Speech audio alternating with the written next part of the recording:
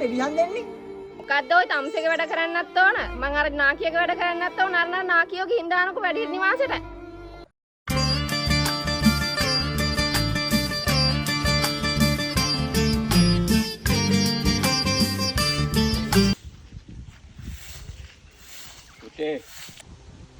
මම උඹට හුඟක් දාසික ඉඳලා කාරණාවක් කියන්න එක කල්පනා කර හිටියේ.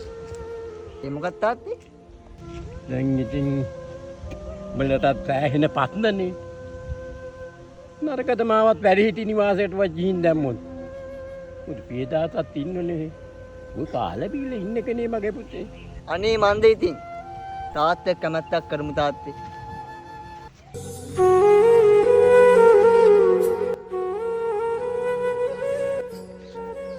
වෙලා තමයි.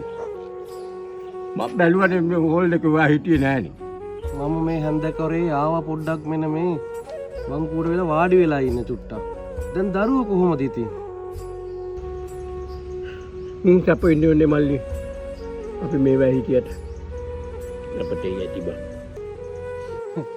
ඒක තමයි මම මේ කල්පනා කරේ. මතකද ඉස්සර නිමල් මේ අර බයිසිකලේ පාග අර වෙල් ඉපනැල්ලේ ආපු හැටි මතකද ඉස්සර දරුවක් තියාගෙන? ඒ අතීතේ අපිට කොයිතරම් වටිනවද බලන්නකෝ. අපි ඔක්කොම එකට හිටිය කාලේ මතකද? මං කැවුවම විතරයි පුතු කෑවේ බත් ටික. සංකාව වගේ පුතේ ඔයා නොදැක්කම කමට එන්න පුතාගේ සුදු මූණ බලන්න. හලෝ මිස් ජනසේවන වැඩිටිනවාසෙන් කතා කරන්නේ.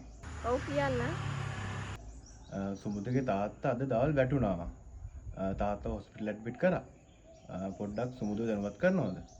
හරි මං කියන්න. හරි මිස් හරි. ඕකේ. අනේ මම මොකටද හරි කියන්නේ? තාත්තේ මේ රවුල කපමුද අද පොඩ්ඩක්? රවුල වැවිලා නේ.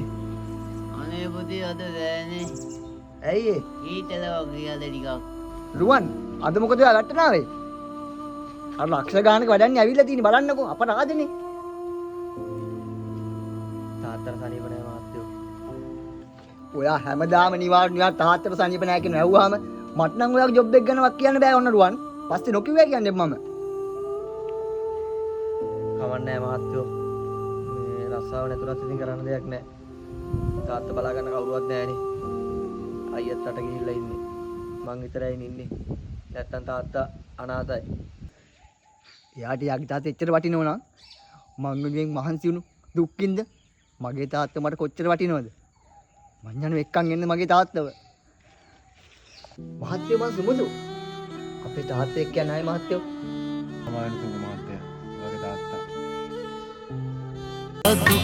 වින්දේ දරු අදන්නයි දහදුක් වින්දේ මං දහදුක් වින්දේ දරු අදන්නයි දහදුක් වින්දේ මං කරදඬු උස්වි ඒ දරුවන්ගේ මව්පියෝ අද අඳුනන්නේ නැහනේ දහදුක් වින්දේ දරුවෝ අදන්නයි දහදුක් වින්දේ මං